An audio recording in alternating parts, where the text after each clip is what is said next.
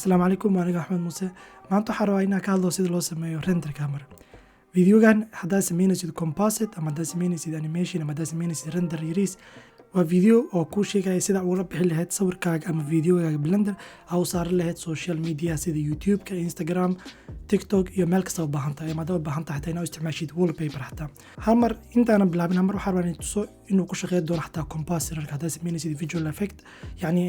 guri qarxayo kale ama wax adigoo video iska duubtay aragtid gaashaad inaad wax kale soo gelisay xataa u shaqeynaa. Muhiimaddu waxay tahay bisle inaad meeshan imaadid compositorka ku qoran tahay, haddaad taabto meesha ku qoran tahay use node uu yahay waxa yacni aad ka shaqeynaysid blenderkaaga. Hadda banoonigaan ka shaqeynayaa, banooniga intuu ku jiraa marka. Haddii aad ka bixsid meeshan aad soo gelisid video ama wax yacni haddaa image ku qortay aad soo gelisid sawir as video aad leedahay inta saan u soo gelisid videogaas haddaa meeshan sawirka gelisid videogan ala bixi doontaa. Waxa meeshan ku jiro dhan lama bixi doonto sababtoo ah ma isticmaalaysid moogtahay wax kale ku jira meeshan. Composite-ka meeshan ay ku qoran tahay composite waxa ku jiro inuu yahay isku hubi layerkaaga, layerkan waa meeshan layout-ka ama inuu yahay image. hadda isla faana maleena inta kale haddaan tusi doono labadooda kuraba ku jiri karo hadduu kan yahay ama hadduu kan yahay. Muhiimaddu waxay tahay in meeshan uu wax le ku jiro. haddaan marku soo laabano layout-keena cycle iyo EV iyo workbench wax walba ku shaqeyn doonaa. marka qaado kan ku anfacay adiga hadda aniga EV aan dalbaday waxaan aadaa meesha ku qoran tahay output saa qiyaasi kartid waxa lagu wadaa yacni output yacni la bax camal. render size-keen waa kana kumeeto sawirkeeda intuu la ekaanayo waayo iyo haddaa u baahnaan 4K 8K intaa ku qori kartaa. wax kasta u baahan tahay meeshaan ku qoro ama haddaad daawata dhibcahaas yariiska intaa ka dalba kartaabo. haddaan isaan ku qanacsanahay waxaan rabaa inuu noqdo 1 by 1 waxaan rabaa inaad saarto Instagram-ka. soo marka sawirkaaga sidee ula bixi doontaa muxuu ahaa doonaa PNG muxuu ahaa doonaa JPEG intaas waxaad ka qaadan kartaa. dadka badan waxay qaataan PNG maadaama size-kiisu yar yahay. haddii maad meesha ku qoran tahay filmic ashidid transparent hadhow tole meeshan wuxuu noqon doonaa transparent sawirkaa kor saari kartaa ama gadaashiisa saari kartaa. soo PNG haddaa PNG aan qaadana kadibna meeshaan kor ay maali kartaa kadib wax leedahay render image. markaad sawirkan uu dhameeyey sidee ula bixi karnaa waxay tahay in meeshan imaatida ku qoran tahay image waxaa taabanay save as kadibna wuxuu ku dhahaa maxaa u bixinaya magac u bixi magaca abjad u bixi kadib waxaa dhahdaa save.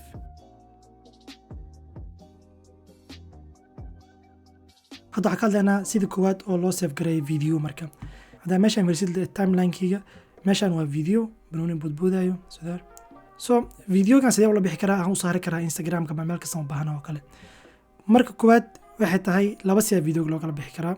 haddii maad meesha ku qoran tahay output meesha ku qoran tahay PNG waxaa jira meel ku qoran tahay hoosteeda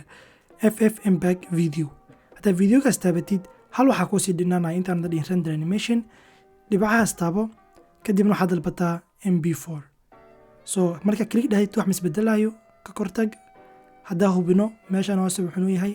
MP4 inuu yahay. soo markaan waan ku qanacsanahay wuxuu siiyey. soo marka haddaa imaana meeshan kore ku qoran tahay render animation horaa ka dhigi kartaa render. laakiin muhiimaddu waxay tahay intaan dhihin inaa u dhahdid videogayga meel hiblaayo ku save garay. soo videogayga u sameyso folder u gaar ah. soo hadda haddaan dhahno render animation wuxuu noo sameynaa inuu ka bilaabo uu ilaa dhinaca ugu dambeeyo markuu dhameeyaan video heli doonaa. soo hamaraan tijaabino waa kan hadda videoga u dhameeyey hadda aan fiirino siduu noqday videogii sidaan hadda noqday videogii hadda sameynay animationka.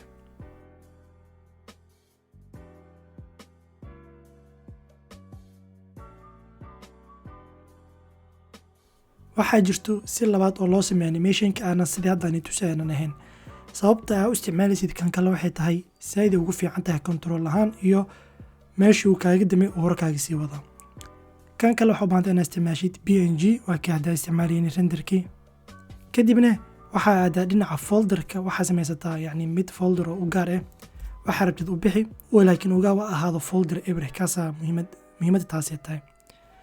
soo marka dhahan accept aan dhahan render animation hadda frame kastoo meeshaan ka mid ah hal sawir ahaan u save gareynaa. sawirka koowaad hal sawir uu noqonaa kan labaad sawir kale sawir saddexaad sawir afraad ilaa uu dhinaca ugu dambeeya aadahay uu ka sameynayo 72 sawir. kadibna sawiraanta saada isku keenaysid oo kasmeynaysid animation ku gaar ah. marka hamar waxaan sameynaa animation dheerna haddana hadduu dhameeyay animationkii uu noo waday haddaan iska xiro aan ku laabto dhinaca faylka imaado faylka sidaan u ekaa doonaa haddaa faylka furno waxaa ku arki doontaa 72 sawir waxa waaye animationkeena intuu ahaa oo dhan marka kulligood haddaa fiirsid waxaa arki doontaa inuu hal sawir yahay geeskan waa hal sawir haddaa mid ka mid camal furo waxaa arki doontaa inuu yahay PNG oo yacni gadaal oo uu yahay transparent no sidaas daraaddeed wuxuu kaa caawinaa haddii aa rabtiin isku keentid videoga inaad gadaal wax kale ka saartid soo ahaan oo kale hadda save gareynaa kadibna waan iska xireynaa faylkan waxaan fureynaa mid cusub composite aadina kadibna use node kan layoutkan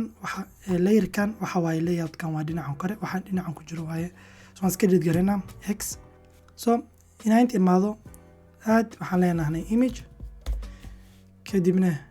hadda hamaraan weynina hamarkan haddaan taaban open aan raadino animationkiini sawiraantiina aan dhehe sawiraanta halkan ay ku wada jiraan so haddaan taabto kulli wada taabo doonaa kadibna open images sawiraanto dhan oo kuwana haddaan gelina halkan kanuu marka render noo siin doonaa waxaa iska hubisaa dhinaca outputkina imaatid hadduu ku ahaa 4K waxaa ka dhigataa 4K ka dhigo laakiin anigu wuxuu ii ahaa 1920 by 1920 full HD uu yahay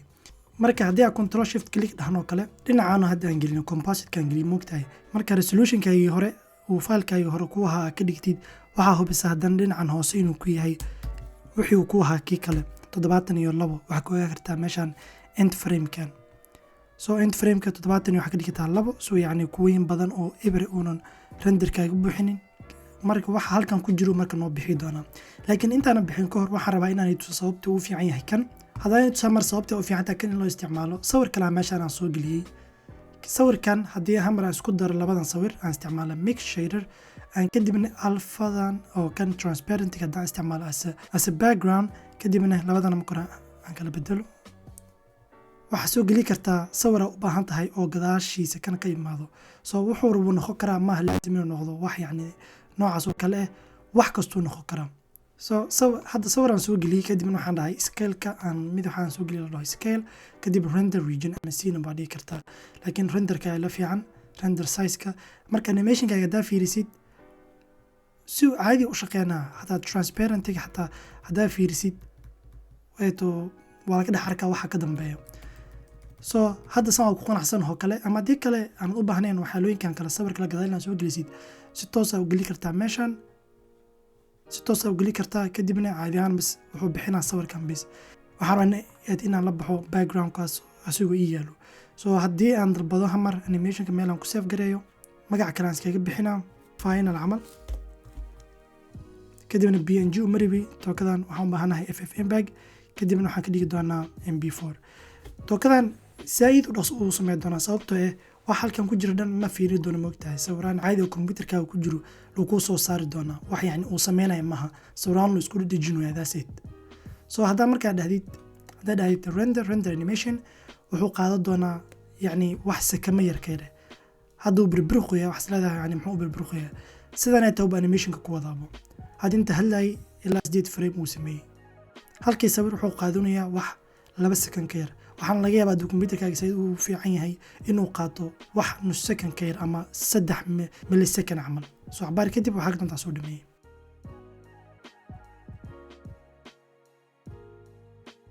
soo hadda animationkiina uu dhameeyey haddaan hal mar aan maana meesha filekii hadaaya waxaa arki doontaa animationkiina soo dhameeyey animationka sidaan markuu yahay soo haddaba baahanta sidaan oo kale inaad sameysid sidoo kale bahalkan sawirkeeni koowaad animationkeeni koowaad aan dhahay sayid uu adag yahay waxaa laga yaabaa inaa madowgan u isticmaashid green screen ahaan laakiin haddii aad isticmaalaysa wax transparent camal ah ama marka uu boodaya camal bawninka oo kale markuu leeyahay motion blur sidaan oo kale markan oo kale sayid adag tahay inaad isticmaashid oo kale keying inaad dhinaca madowga dhan ka jirtid oo kale maadaama banooniga laftirkiisa jari doontaa laakiin haddaa fiirisid kan sawirkan kale animationkan kale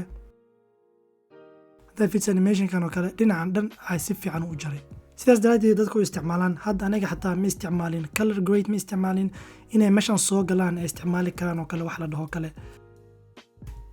isticmaalkan kale hue saturation oo kale ee colorka ay si aad u sii bedbedeli karaan oo kale yani ay si control side nacasnimo oo kale ay si qurxi karaan hadda aniga ma rabin inaan meelahaas sii aad oo kale muhiimaddu waxay bisanayay tuso sida ula bixi kartid oo kale hadduu lacala ka istaagi lahaa asigoo maraya meel dhex oo kalena dhinac meeshuu kaaga dhammaaday la kasii wadi lahayd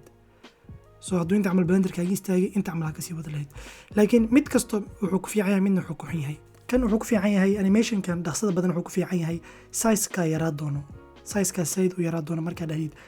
render animation ilaa film kiilisid wuxuu noqon doonaa yani size-ka sayd u yaraa doona. laakiin waxyaaluhu ku xun yahay waxay tahay hadduu blenderkaaga yani wax ku dhaco kale ama istaago ama haddaa sameynaysid oo kale film soconayo, hadda kan wuxuu soconaya 3 second uu soconaya, haddii kawana sameynaysid mid soconaya 1 daqiiqo ama 2 daqiiqo uu blenderkaaga sidoo kale bar mara isdamiyo, waxaa ku qasbanta inaa haddii ku kusoo bilaawdid waxoo dhan mar walba kuwa kasoo bilaabi doonta animationkaaga ilaahay muu ahaado 1 second ama 100 second. kan kale faylkiisa xataa wuu yaryahay, waxaa ma salba jibaar inuu ka wen yahay sababta waa isticmaalna sawir ka dambeeyo, laakiin size ku isla yihiin haddii si yani loo fiiriyo banooniga budboodayo, haddii loo fiiriyo banoonigaas wax dhan size ku isku wada mid, sawirkaas ugu dambeeyo oo one piece size ka weyninaya maana sida kale isla yihiin. laakiin dhibaatada wax keenaya waxay tahay kan sayd u weyn yahay waana 3 second bis, laakiin controlka helaysid sayd yani ugu fiican. sida aan sheegay hadduu meel dhex bartamaha kaaga damo intii kale uuna sameynin uu kasii wada, hadduu intaan ugu dambeyso uuna sameynin intaan ugu dambeeya kasii wadi kartaa, soo control fiican heli kartaa, haddana PNG heli kartaa, soo transparent gadaal ka heli kartaa. dadka badanaa oo professional ku isticmaalaan kana isticmaalaan frame u bixiyaan kadibna si control fiican u helaan ee gadaal wax kale u geli karaan ama color ka bedeli karaan kana si isticmaalaan. soo kan badanaa lama isticmaalo sameynaysid wax soconay 1 second ama 2 second oo dhaqso badan, maadaama saad ugu dhaqso badan yahay, haddii kale isticmaal jidkan kale oo labada isla soo marayo. marka videoga maanta suu yahay waxaa jira inaad wax ka barteen, fahanteen sida loo sameeyo animation. inta videoga soo arki doona xilliga macsan.